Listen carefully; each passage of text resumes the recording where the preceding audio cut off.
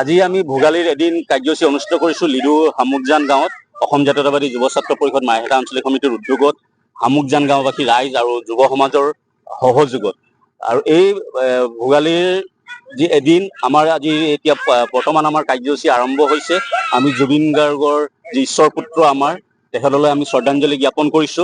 তাৰ পিছতে আমাৰ বহু কাৰ্যসূচী আছে। আমাৰ সাংস্কৃতিক সন্ধিয়া অনুষ্ঠিত হ'ব আৰু আমাৰ ৰাইজ সকলো শ্ৰেণীৰ ৰাইজ আমি একেলগে গোট হৈ আমি ইয়াত একেলগে আমি এসাঁজ আমি ভাত খাম।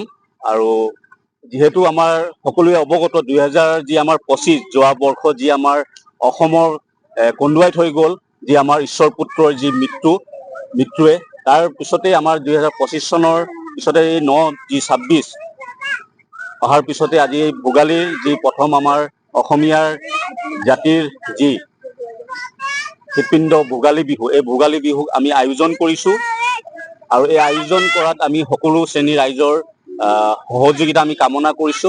আৰু সন্তেক পিছতে আমাৰ ইয়াত ৰাইজ গোট খাব আৰু বহু অতিথি আমাৰ মাজত আহি উপস্থিত হ'ব।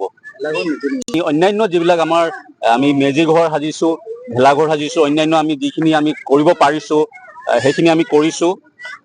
ইমানেই আমাৰ হয়। আজি আমি ভোগালী বিহুৰ যি আয়োজন কৰিছো আচলতে ইয়াত আজি আমাৰ ইতিমধ্যে আমাৰ বন্তি প্ৰজ্বলন হৈ গৈছে।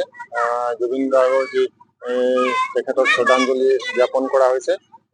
আৰু খন্তেক পাছতে আমাৰ জংকী নেওগ আৰু লাকী নাথৰ যি গীতৰ শৰাই এই ভোগালীৰ দিনা আমাৰ স্থানীয় ৰাইজে আচলতে উপভোগ কৰিব। তাৰ পাছতে আমাৰ ৰাইজৰ খোৱা বোৱা ব্যৱস্থা আছে। ৰাতিপুৱা মেজি জ্বলাব লাগিব, সকলোৱে সেৱা কৰিব, তাৰপিছত পিঠা পনা খাব লাগিব।